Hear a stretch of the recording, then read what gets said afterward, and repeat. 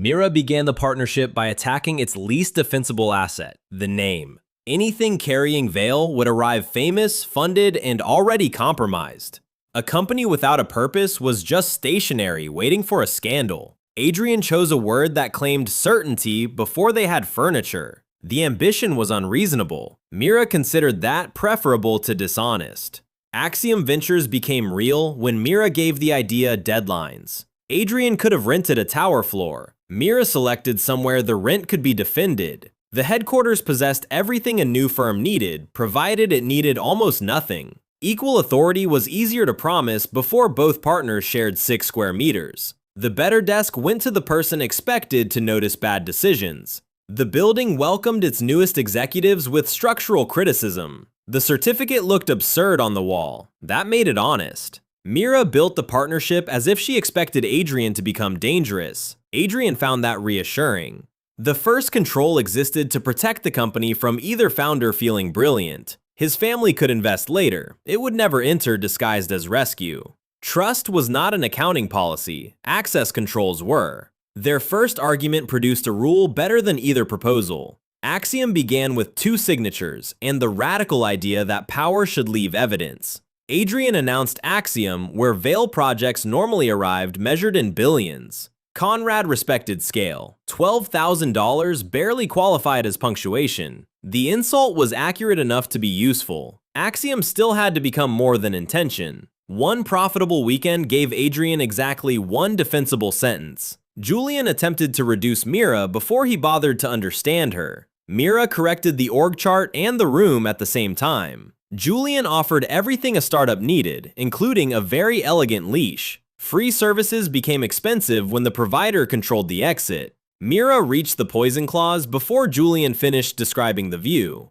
Adrian had spent 1 lifetime accepting help he never read. The acquisition right was standard only among people expecting failure. A cramped office was cheaper than dependence disguised as generosity. Rejection left Axiom independent and almost comically underfunded. Adrian remembered future winners. Mira required reasons they deserved to win now. Rescuing every sad business was charity with paperwork. Adrian wanted the talent his brothers ignored, not the assets they already understood. 3 filters converted instinct into something another person could challenge. The system approved of structure, although naturally it phrased this as surprise. Opportunity Pulse returned with the subtlety of a migraine carrying market research. The signal pointed toward a block investors described as declining and residents described as home. To Mira, Ember House was one struggling restaurant among hundreds. The system provided potential, not context, because usefulness remained against policy.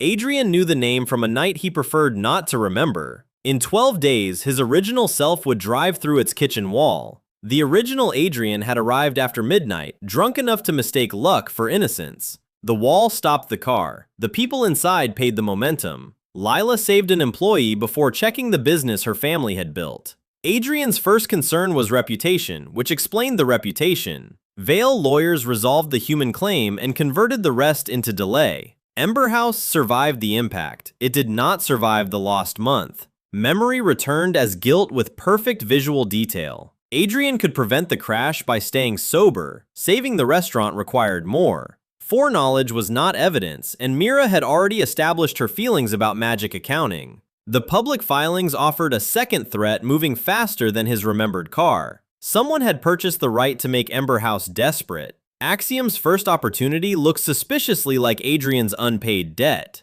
Ember House looked unprofitable on paper and indispensable in person. Every repair had been made to last 1 more month. Lila Hart remembered Adrian without needing a reservation name. Their last meeting had required a mop, an apology, and received only one of those things. The evidence of his behavior remained in the room because replacement furniture cost money. Axiom's first founder interview ended before anyone sat down. Lila kept the bill because forgetting wealthy debtors was an expensive habit.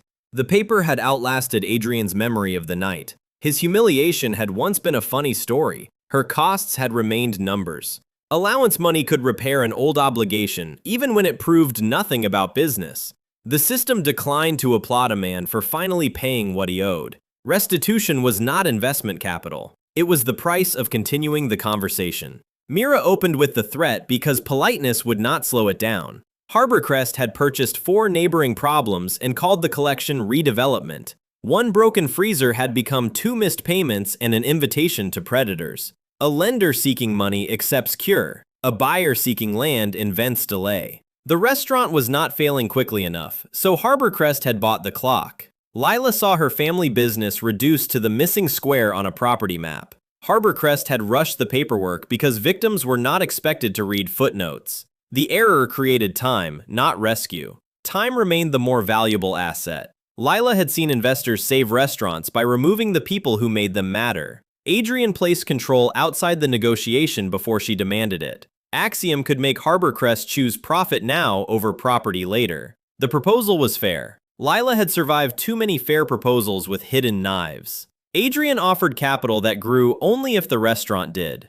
Debt rescue without expansion would postpone the same problem at a higher price. If revenue stayed flat, Axiom waited instead of taking the building. Control remained with Lila because the thesis depended on her judgment. Mira limited their upside before Lila could accuse them of hiding it. Transparent terms did not erase the face attached to them. Lila's diligence process involved fewer spreadsheets and considerably more grease. One dinner service would reveal how Adrian treated people when nobody called him founder. He briefly imagined a glamorous role, demonstrating that recovery remained incomplete. The assignment placed him where his old messes had always sent other people. Mira considered the test economically unconventional and behaviorally excellent. Adrian accepted because dignity had survived worse things than an apron. The apron cost less than Adrian's socks and immediately improved his credibility. The kitchen knew his face from stories involving champagne, cars, and unpaid bills. Dishwashing contained rules, heat, and no respect for family names.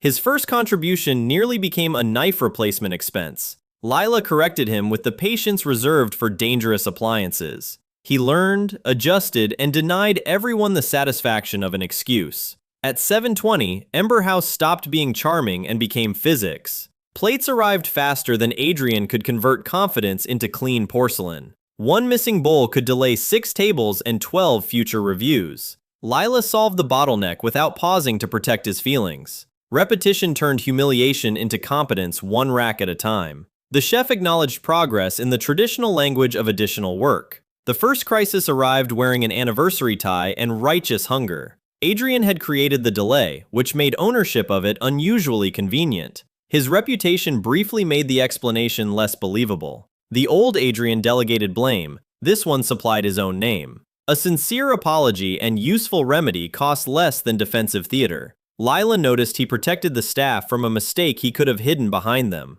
Public curiosity entered through the service door and found Adrian holding garbage. The second image was less flattering and therefore more persuasive. Adrian had spent years performing for cameras. Ignoring them required actual concentration. The caption reached thousands of people before the stockpot surrendered. Half the internet recognized growth, the other half recognized marketing. Lila offered the only response that could not be posted in advance. By closing, Adrian had earned no money and several new opinions about commercial detergent. Manual labor revealed physical weaknesses no tailored suit had reported. Kitchen approval arrived as a nod so small it could survive deniability. Mira preserved the moment for governance and possibly blackmail. Lila paid labor with the meal everyone else had spent the night selling. The system pulse had not pointed toward distressed property. It had pointed toward the bowl. Ember House's best dish was profitable only within 20 meters of the kitchen.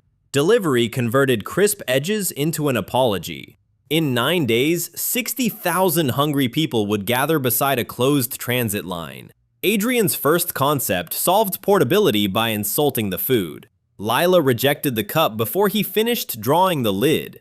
The useful idea survived once Mira returned it to the person who understood the product.